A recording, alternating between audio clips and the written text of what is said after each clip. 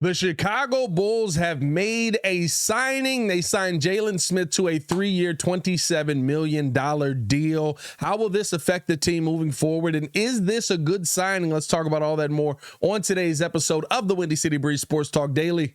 Let's go.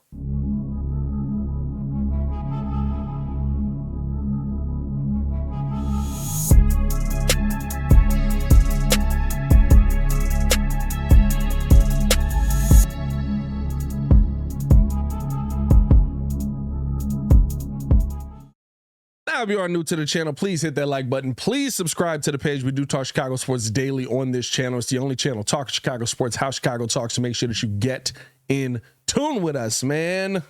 So the Chicago Bears go out and make a signing that I am in favor of. I think this is a good signing. A name that the second he was let go from Indiana, I was like, let's do it, right? Like, that's a name that I would love to get in the building, and that name is Jalen Smith. Per Adrian Wojnarowski, he was signed to a 3-year, $27 million contract with Chicago Bulls, sources tell ESPN. Smith's agent at Clutch Sports reached a deal with the Bulls front office overnight. So this was done late last night, probably, which I'm glad they didn't release the details on this until the morning. I'm tired of waking up middle of the night and doing videos on the Chicago Bulls and all these things that they're, I'm sick of it. At 2 a.m. we're doing videos. They do this to me every year, but still, this is a good get for the Chicago Bulls, in my opinion, though. You go out and you add somebody who's got some size, who brings a little bit of option at the power forward or the center position. He's 6'10", 215 pounds. We're going away from that small ball mindset, right? We're actually getting big guys in here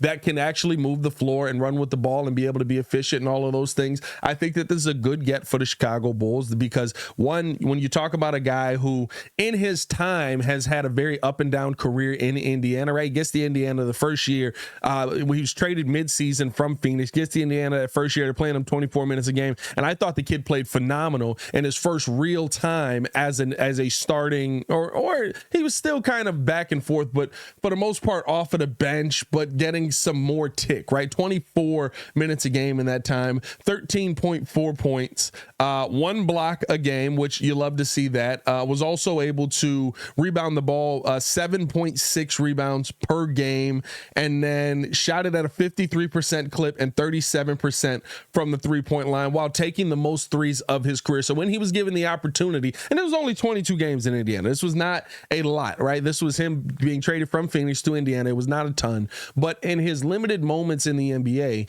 you saw him, when he got his most tick, be the best version of himself. And you know what? I understand why Indiana let him go, because I know that's the one thing a lot of people are going to think. Well, if he was that good as a young player, why did Indiana let him go?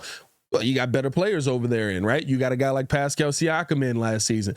You already had Miles Turner there. They've got some bigs on that team that make a lot of sense for that team. And so that's why, to me, you saw them let him go, right? And I think that you saw the reason why you looked at Jalen Smith as a guy like, listen, is he going to be here? Like, how is his role fit? He probably saw more for himself. They probably realized that we're not going to give him the opportunity that he sees more for. Boom, here we go. Everybody be all kumbaya about it, and we're going to move on. He now signs with the Chicago Bulls for a 3-year deal. And coming off of last season, his numbers last season, percentage-wise, were some of the best of his career. His minutes were yet again back down to 17 minutes a game, though, right? Not a ton of time on the floor, still able to make an impact, though, which is something that you love to see. 9 points per game last season, shot at 69% from the free throw line, which is actually his lowest of his career, 42% from three on 2.4 3-pointers. He was knocking down basically 1 a game, and 59% from the field overall. So Jalen Smith, a guy who can go out there, be incredibly efficient, can run the floor, can be able to give you some defense as well. Now, the defensive rating last season was not phenomenal, 116.2. So need to see that improve. But I think, well, like I said, with more time, with him actually being a part of a real rotation, and let's be real, I can't take anybody's defensive rating on Indiana seriously because they all sucked at defense last season for most of the season till the end of the year. But I look at Jalen Smith as a guy who the positives outweigh the negatives to me, and I think that this is a really good signing by the Bulls. I'm actually excited to see Acme go out and make this signing, because the other thing on top of it is it's still a commitment to the youth movement. We'll talk about some more as well, but let me know how you guys feel about the signing in the comments below. Do you think this is a good signing for the Chicago Bulls? Do you think that the Bulls made the right decision here? I'll be down there talking with you guys as well. Make sure that you guys hit that like button, subscribe to the page, leave that 5-star review. Y'all know what to do. Here's why I love this, is as far as a commitment to the youth movement, right? I think this is a good get for the Chicago Bulls, because we haven't seen him play a ton of minutes. Now, he's played a ton of bench minutes, played a ton of role minutes, right? But we haven't seen him play a ton of minutes. And to me, at 24 years old, the sky is still the limit for this young man. Now, biggest concern with Jalen Smith that there has been is we haven't seen him play a full season just yet. He has kind of gotten close. He's met our threshold once, right? Me and Hayes always say 65 games, you basically played a full season in the modern day of the NBA, right? Like, if you're able to knock down 65 games, have at it, right? Have a great year. You had a phenomenal year, because guys are sitting left and right, even though we saw that die down a little bit last season, and maybe that will continue moving forward. I actually hope it does continue moving forward. But when you look at this, right, like 68 games 2 years ago, 61 games last year. He started half of the games 2 years ago, and so his numbers took a little bit of an uptick. But in his time in the season that he was traded from Phoenix to Indiana, 51 games overall, right? So to me, I think that this was a guy that you may have a little bit of concern with injury-wise. A lot of those injuries did take place midseason. He was able to return to finish out the season and things like that. So I'm not as worried about the injury numbers, especially when I see 61 and 68 games. Like I said, like you had for the modern NBA, you were able to be out there for most of the season, right? As long as you're able to finish the season, shout out to you. But I think here's my biggest thing when you look at a young man like Jalen Smith.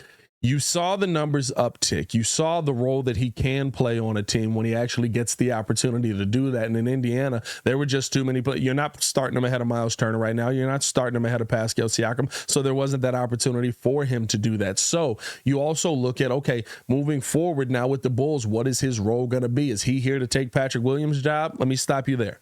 No. He's not taking P. Will's job. Like we already knew what the conversation was around P. Will. The second he got signed to a $90 million deal, he's going to be there, right? But I think on a 3-year deal with this kind of value, $27 million over 3, with that kind of value, right? Like, you're talking about possibly getting a young starting power forward, starting center type of player, or somebody who can work in off of the bench. To me, if you end up moving Nikola Vucevic in that deal that people are trying to get done, what the Chicago Bulls are trying to get done, trying to move on from him, if you actually are able to get that deal done, I think you could see the Chicago Bulls be able to go out there and put Jalen Smith in as that starting center and feel confident about what he brings to the team, how he's able to go out there and impact this team in the right way, impact winning, should we say, right? Like, that's the thing to me. How are you going to impact winning? I love seeing him in a set with Josh Giddey.